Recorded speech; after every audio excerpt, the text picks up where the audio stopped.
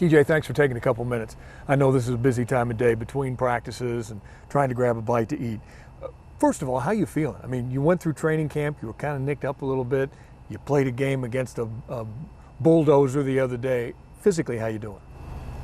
I'm good. I mean, I was getting my body back since Sunday. It's been like a whole process of just taking care of my body, but I'm ready to go for the Vikings. Do you find it easier the older you get to understand how to get your body back? Oh yeah, most definitely. I'm still learning. I'm still young, so I'm all ears. Like when I talk to my agent, just when he gives me more resources of who to utilize, I take everything with a grain of salt, and I just do it. It's like a sponge. All right, so tough game against the Titans. Which was tougher, coming off the field on Sunday after the Titans game or Tell the Truth Monday? I would say coming off the field, just because that game, we were up 24-9, I believe, at half. So to lose that was just shocking. Everybody was just shocked, like a sock in the face. And then, I went out there. I had a calf situation, which I was questionable to play, and I still went out there to play because I wanted to, win the game. And I was out there, so obviously to risk my body, as well as my teammates, risk their bodies, and come out with a loss, it hurt, to be honest. So on Monday, when Pete says it's Tell the Truth Monday, what do you got? You just look at the film and you kind of discuss it honestly. That's the deal? Yeah, I mean, the biggest thing we talked about was penalties. We had about 6 penalties. A lot were in the second half, including my taunting call.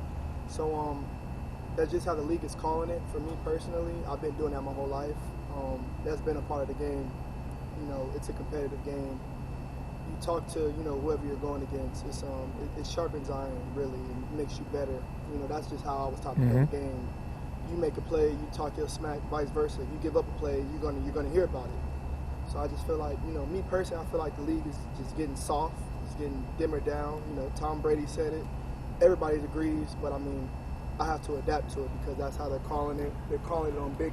It was a third down. They're calling it on big situations. So I'm still gonna celebrate. Like they can't take that from me.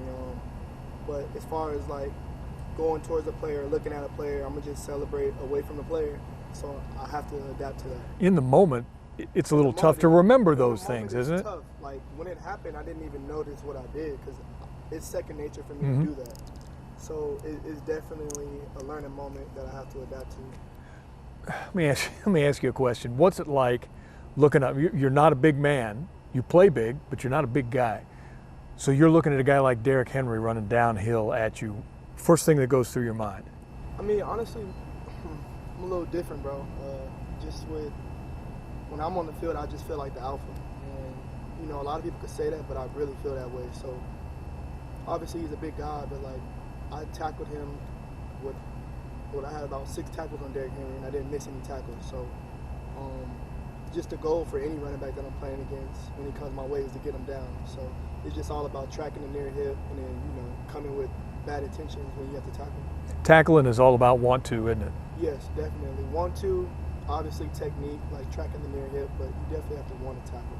You got a couple of pretty good ones that you're going to be facing in Minnesota. Dalvin Cook is a really explosive, one cut and go kind of guy, and then the guy behind him, Madison, ran for over 100 yards against the Hawks a year ago. What do you and then their receivers as well. What do you see in their offense? I see their OC seems like he knows what he's doing. They run a lot of different things. They do a good job switching up their personnel, which could keep a defense off balance. Kirk Cousins is playing good football right now in the past 2 games, despite losing. He's playing good football. I believe he has no interceptions and about 5 touchdowns. Thielen is a great receiver, always finds a way to get open. Jefferson is an up-and-coming guy that's explosive. Obviously, Dalvin Cook is one of the most, if not the most explosive running back in the NFL. And then the backup is also really good. So we have a good challenge this week. It would probably be nice for you guys if you weren't on the field for quite as many plays this week. I mean, if we out there, we're out there. Like, it's crazy. I didn't know we played 90 plays until the end of the game. I knew that Derrick Henry got the ball a lot, but I didn't know that it was 90 plays. That's like a Big 12 game in college. That's pretty crazy. You brought it up, college.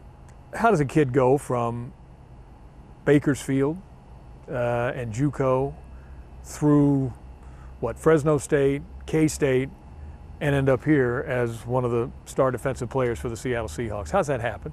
God, man. Just my faith in God, perseverance, just having a positive mindset, and just keep going, whether it's good, bad, just keep playing. Just talking about football, just like to keep playing. I play corner, so I'm gonna have good plays, I'm gonna have a couple bad plays. Like that's just the nature of the beast. But just to really shift my mind one play at a time, literally to have that mindset going into a game. And I just feel like, it's just second nature to me just to keep going, just keep staying positive. Like I've built those characteristics down the road. So it's not only on the football field, but it's your whole life. Your mom said that you have a plan. You grew up with a plan. Yeah. What was that plan? I mean, my plan was to play a professional sport. It wasn't necessarily football, but it could have been basketball or football. But obviously with my height, the chances were football. But I always have a plan going into any situation that I'm in. I just feel like the person that can adapt to the situation is going to overcome it. Whether you're bigger or faster than someone, if you can't adapt to the environment that you're in, you're not going to be successful. So I just felt like I've been adapting like my whole life. So it's just second nature now. You said once you know who you are, that's dangerous. Now I know who I am. Who are you? D.J. Reed. Yeah? Believer in Christ. Just feel like I'm just untamable. Like it doesn't matter who I play against, it doesn't matter who I go against. I just feel like I'm gonna come out on top. And it's not cockiness or arrogance. It's the way I prepare for my games, the intent, the deliberateness, just the way I practice. I'm just real confident in myself, believe in myself. This is the right place for you. Oh yeah, most definitely, for sure. John Schneider always says to us, when I look at players, college players coming out, I don't ask what their weaknesses are. I ask what are their strengths? What can they do for our ball club to make us better? He saw something in you. What did he see in you? Why does he believe you can make this team better? Well, I feel like what he's seen in me, I started against the Seahawks my rookie year, the second game they played, and I was covering Doug. So I feel like he's seen like my stickiness in coverage. He's seen the tenacity of how I was coming up and tackling. I wouldn't say that he probably thought all this was going to happen, but he knew that I could be good for the ball club. That's what I think. Do you think he saw a chip on your shoulder growing up, that this was a kid that he fits into our program? I don't know if he's seen a chip in my shoulder just from growing up, but probably on film, just the way I come up and tackle. But you got to ask him now. I'm not sure. I don't know. What's the most important thing for us to know about you, DJ, about not only the football player, but the kind of person you are, the son you are? Well, what should we know about you? I'll say it again, just a believer in Christ. Just caring about, everyone, making sure my family is straight, family man, love laughing, like off of football, like just love laughing, love enjoying my time, love having peace of mind, clarity, just being just a positive influence to people. You sound and look like you're getting ready for a job in this business someday. You ever thought about doing media? Never really thought about like broadcasting or anything. Not against it, but definitely have endeavors that I want to do, but it's not a door closed or anything. You got a long time before you have to worry about it, my friend. Appreciate that. Good luck this week. Thanks. Thank you. Appreciate that, bro.